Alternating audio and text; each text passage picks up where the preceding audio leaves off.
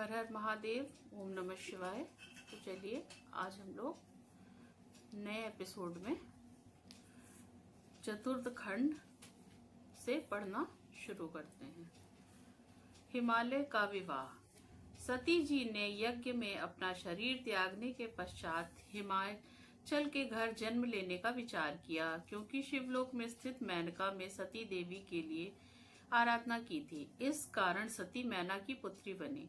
इस जन्म में उनका नाम पार्वती हुआ। नारद जी बोले, हे ब्रह्मा जी, मुझे मैना की उत्पत्ति, विवाह आदि के विषय में जानकारी प्रदान कीजिए।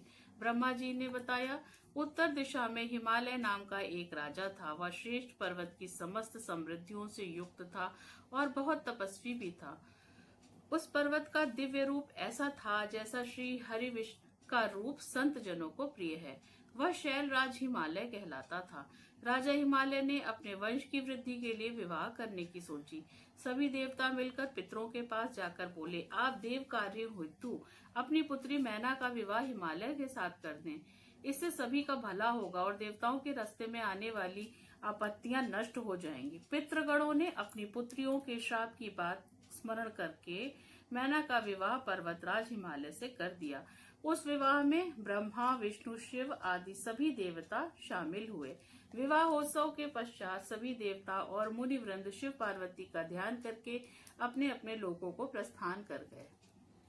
अब पूर्व कथा। ब्रह्मा जी ने बताया, हे नारद, मेरे पुत्र दक्ष के 60 पुत्रियां उत्पन्न हुई। उनमें से स्वधा नाम की पुत्री का विवाह पितृश्वरों के साथ हुआ। उसने 3 कन्याओं को जन्म दिया। बड़ी पुत्री का नाम मैना, मंजली कन्या का नाम धन्या और सबसे छोटी कन्या का नाम कलावती था। एक बार 3 कन्याएं श्वेत द्वीप में भगवान श्री हरि के दर्शन करने गईं। उस समय वहीं बड़ा भारी उत्सव मनाया गया। उसमें सनकादिक ऋषि भी आए। सनकादिक ऋषि के आने पर उनका स्वागत करने के लिए सब लोग खड़े हो गए, परंतु ये तीनों बहनें खड़ी नहीं हुई। इस पर सनकादिक ऋषियों ने उन तीनों को श्राप दिया कि तुम तीनों बहन श्रुति को जानना चाहती थी, परंतु तुमने अभिमान के कारण नमस्कार करने की आवश्यकता नहीं समझी, इसलिए तुम स्वर्ग से दूर जाकर मनुष्य बन जाओ। यह सुनकर दोनों बहनों ने अपना सर झुकाकर महर्षि को प्रणाम किया और प्रार्थना करने लगी, हे मुनि श्रेष्ठ, आप प्रसन्न हो जाइए। हम तो मूढ़ हैं, आप हम पर ऐसी कृपा करें कि हमको स्वर्ग प्राप्त हो जाए। ऋषि सनत कुमार शिवजी की माया से प्रभावित होकर बोले, हे पितरों की तीनों कन्याएं, अब तुम प्रसन्न होकर मेरी बात सुनो। यह बड़ी कन्या मैना पर्वतराज हिमालय की पत्नी होगी और इससे पार्वती नाम की कन्या उत्पन्न होगी जो भगवान शंकर की पत्नी बनेगी। दूसरी कन्या धन्या राम राज जनक की पत्नी बनेगी और इससे महायोगिनी लक्ष्मी स्वरूपा सीता जी उत्पन्न होंगी जो भगवान श्री राम की पत्नी बनेगी।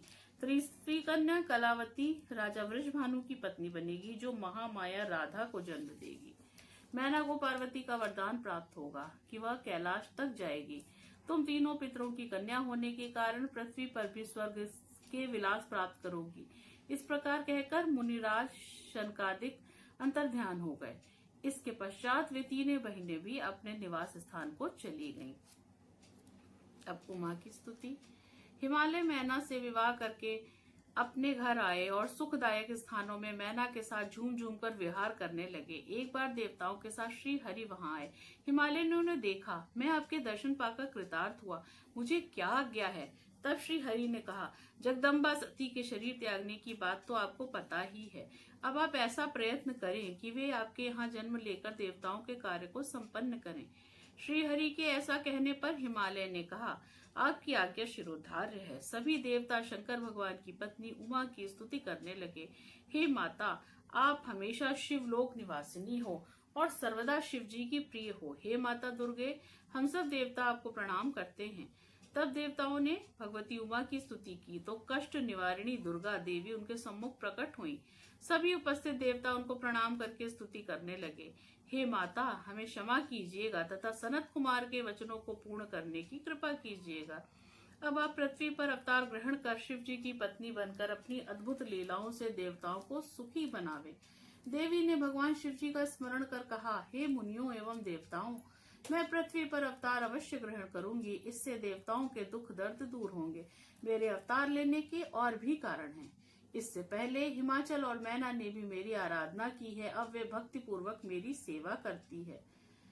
अतः मैं हिमालय के घर उनकी कन्या के रूप में प्रकट होंगी। मुझे ज्ञात है कि मेरे शरीर त्यागने से मेरे पति भगवान शंकर भी दिगंबर होकर मेरे वियोग को सहन नहीं कर पा रहे हैं। वे निरंतर जागते रहते हैं, जिससे वे कमजोर होते जा रहे हैं। वे मेरा पाणी ग्रहण करना चाहते हैं, इसलिए मैं शीघ्र ही अवतार लेकर तुम्हारे कार्य सिद्ध संपन्न करूंगी। अब तुम अपने स्थान को जाओ और भगवान शिव का भजन करो।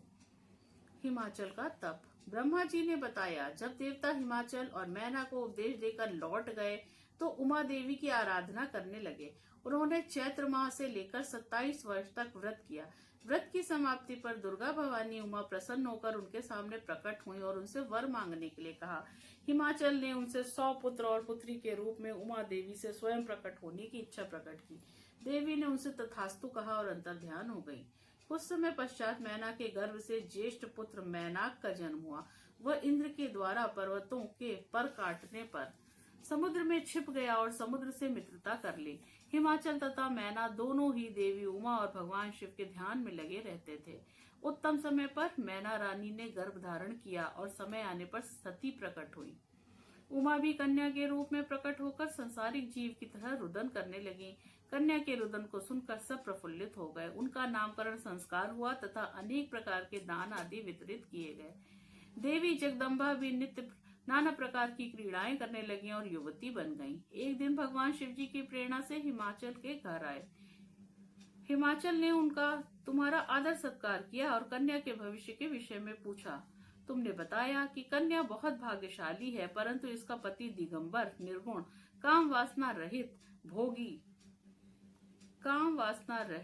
भोगी, माता पिता से हीन, अभिमान रहित तथा साधु वेशधारी होगा। तुम्हारी ये बात सुनकर हिमाचल और मैना बहुत दुखी हुए, परंतु हे नारद, तुमने उनको आश्वासन दिया कि ये सभी लक्षण शुभ हैं। क्योंकि भगवान शंकर इनके पति बनेंगे, इसलिए पार्वती को शिव जी की प्राप्ति के लिए तप करना होगा। पार्वती का स्वप्न। एक बार मैना ने अपने पति हिमाचल से कहा, पार्वती अब बड़ी हो गई है, अतः इसके लिए वर की तलाश कीजिए। हिमाचल ने मैना से कहा, नारद जी की बात कभी झूठ नहीं हो सकती। पार्वती से शिव जी की तपस्या करने को कहो। यह सुनकर मैना की आंखों में आंसू आ गए। वे पार्वती को की कोमलता को देखकर दुखी हुई। पार्वती जी बोली, हे माता, मैंने आज प्रातःकाल ब्रह्म मुहूर्त में एक स्वप्न देखा है। मुझे एक तपस्वी व्यक्ति ने कहा कि हे भाग्यवान, शिव की प्राप्ति के लिए तुम तप करो। यह सुनकर मैना ने यह सारी बात हिमाचल को सुनाई। शिव हिमाचल संवाद। ब्रह्मा जी ने नारद को बताया। कुछ समय के पश्चात भगवान शिव जी नंदीश्वर आदि गणों के साथ हिमाचल के उस प्रदेश में पधारे जहाँ पतित पावनी गंगा जी ब्रह्मलोक से नीचे गिर रही हैं। वह स्थान देखकर शिव जी उस तप के योग्य समझकर आत्मचिंतन करने लगे। शिव जी के आगमन का समाचार सुनकर हिमाचल उनके दर्शन करने आए। उन्होंने शंकर जी को प्रणाम कर उनका विधिवत पूजन किया। भगवान शंकर ने हिमाचल से कहा कि मैं यहाँ तप करने के विचार से आया हूँ। आप ऐसी व्यवस्था कर दें कि मेरी तपस्या में कोई विघ्न न पड़े। हिमाचल ने कहा, प्रभु, आप यहाँ तपस्या कर सकते हैं, आपकी तपस्या में कोई विघ्न नहीं पड़ेगा। ऐसा कर उन्होंने सभी प्रकार की व्यवस्था कर दी। कुछ दिनों के बाद फल फूल लेकर पार्वती के साथ हिमाचल भगवान शिव के पास पहुँचे। वहाँ पहुंचकर हिमाचल ने भगवान शिव को प्रणाम कर कहा, हे भगवान, यह मेरी कन्या पार्वती है। इसे मैं आपकी सेवा में लाया हूँ। कृपया इसे आप अपनी दासी समझकर स्वीकार करें। हिमाचल की बात सुनकर भगवान भोले शंकर ने अपने नेत्र खोले और सर्वांग सुंदर उमा को देखकर हिमाचल से बोले, हे राजन, यह कन्या चंद्रमा के समान सुंदर व रूपवती है। इस कारण मैं इसका यहाँ आना ठीक नहीं समझता, क्योंकि इससे तपस्वियों की तपस्या भंग हो सकती है। यह सुनकर हिमाचल व्याकुल और चिंतातुर हो गए। शिव पार्वती संवाद। भगवान शंकर की बात सुनकर पार्वती जी बोली, हे योगी राज, आपने पिताजी से जो बात कही है उसका उत्तर मैं देती हूँ। आपने जो तप करने का निश्चय किया है वह क्या शक्ति युक्त नहीं है? यही शक्ति सभी कर्मों की प्रकृति बताई गई है। इसी से इस चराचर संसार का पालन, संहार और रचना होती है। आप इस पर विचार करें कि यह प्रकृति क्या है और आप कौन हैं। यदि प्रकृति ना हो तो शरीर तथा स्वरूप किस प्रकार शक्ति का पूजन ध्यान करें तो जगत का कार्य चलता रहे। यह सुनकर भगवान शंकर ने कहा, हे पार्वती जी, मैं तप के द्वारा प्रकृति का नाश कर चुका हूँ। अब मैं तत्व रूप में स्थित हूँ। यह सुनकर पार्वती जी हंसकर बोली, हे योगी राज, आप कैसी बातें कर रहे हैं, थोड़ा सोच कर बताएं। यदि आपने प्रकृति का नाश कर दिया है तो आप किस प्रकार विद्यमान हैं? संसार के सभी कार्य कैसे हो रहे हैं? क्या आप प्रकृति के तत्व को नहीं पहचान रहे हैं? आप पुरुष हैं और मैं प्रकृति हूँ। आप मेरी कृपा पर ही सगुण होकर निष्ठावत हो, नहीं तो आप किसी भी कार्य को करने के समर्थ नहीं हो सकते। यह सुनकर शिवजी बोले, हे हिमाचल कन्या, यदि मैं माया रहित परमेश्वर हूँ तो तुम श्रद्धा पूर्वक मेरी सेवा में तत्पर हो जाओ। और हे हिमाचल, हम तप करने की इच्छा रखते हैं। तुम्हारी ये कन्या चाहे तो प्रतिदिन हमारे दर्शन करने आ सकती है। उसी दिन से पार्वती जी प्रतिदिन शिव जी के दर्शन करने आने लगी। यह षोडशोपचार पूजन करके प्रतिदिन चरणामृत लेने आने लगी। इधर तारकासुर के डर से पीड़ित हुए मुनि तथा इंद्रादि आदि देवता ब्रह्मा जी से बोले, कोई ऐसा उपाय करो जिससे शिवजी पार्वती जी को ग्रहण कर ले और हमारा कार्य सिद्ध हो जाए। इस कार्य के लिए देवताओं ने कामदेव को भेजा, परंतु शिवजी पर उसका कोई प्रभाव नहीं पड़ा। उल्टे शिवजी ने उसे भस्म कर दिया। वज्रांग जन्म तथा पुत्र प्राप्ति का वरदान। नारद ने ब्रह्मा जी से कहा, यह तारकासुर कौन था? इसने देवताओं को क्यों पीड़ित कर रखा है? शिव जी ने काम को क्यों भस्म कर दिया? ब्रह्मा जी ने बताया, हे नारद, मारीच के पुत्र जो कश्यप हुए हैं, उन्हें दक्ष की कन्या दिति ब्याही थी। उससे हिरण्यकश्यप और हिरण्याक्ष नामक 2 पुत्र हुए, जिनका भगवान श्री हरि ने वाराह और नरसिंह रूप धारण करके मारा था। उसके पश्चात दिति के गर्भ को इंद्र ने गिराकर पेट में ही खंड खंड कर दिया था। इससे उसके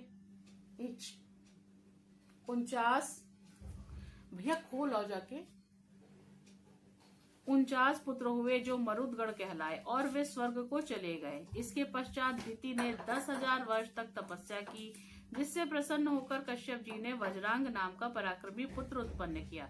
वज्रांग ने माता दिति की आज्ञा से देवताओं को जीतकर उनका राज्य छीन लिया।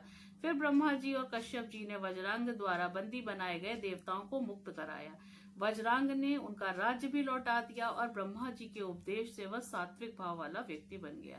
ब्रह्मा जी ने उसे एक रूपवती स्त्री प्रदान की। उस स्त्री ने अपने पति से महापराक्रमी श्री हरि को जीतने वाले पुत्र की याचना की।